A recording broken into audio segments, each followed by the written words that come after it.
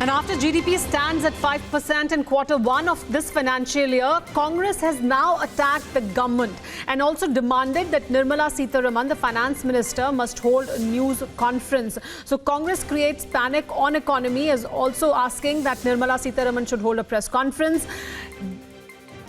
And now I'm being joined by Republic TV Executive Editor Abhishek Kapoor for more information on this. Abhishek, today itself, Nirmala Sitharaman, the finance minister, held a press conference and also told the country the kind of big reforms that the government is taking on the economy front, especially the big announcements today that were made by the government are path-breaking. And Congress is asking for her to have a press conference and speak. She's already done that.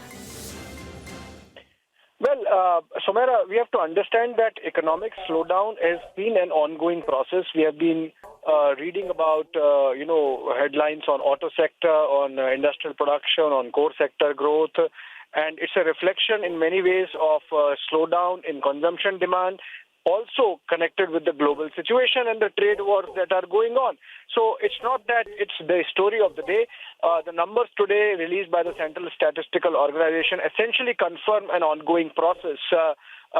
Government has been aware of it, and that is why we saw how, for example, last week the finance minister did a press conference and made certain changes or rollbacks, so to say, to bring the animal spirits back, at least in the markets, and then, of course, as a spillover on the industry. Today also, just ahead of the GDP numbers, the finance minister again addressed media and came out with government decision on bank mergers, for example, and on the real estate sectors. It's not that the government is not aware. The measures that have been put in place over the last 10 days or a fortnight are going to pan out over the next 2 quarters.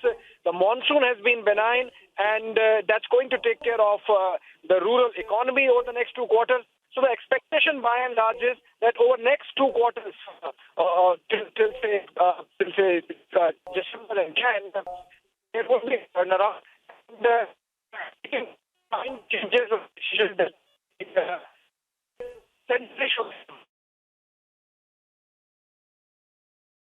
Yes, Abhishek, I'm not getting your voice very clearly right now, but what Abhishek is trying to point out is the fact that government is aware of the kind of situation that the economy is in, and their measures are being taken constantly. Last week also, Nirmala Sitharaman held a press conference and informed the country about the important steps the government was taking. Today also she held a press conference and there were important news about the banking sector reforms that were put forward by the government. But the Congress is trying to now create panic around the new GDP figures that have come out for the first financial year quarter.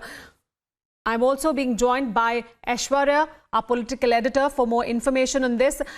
Aishwarya, this is more of Okay, we will go to Aishwarya, but Abhishek is there with us. Abhishek, but this statement coming out from the Congress and the Congress trying to hit out on the government by quoting these new GDP figures is also they're trying to hit at they're trying to score a political point, whereas by their statements they're trying to create a panic also about the economy.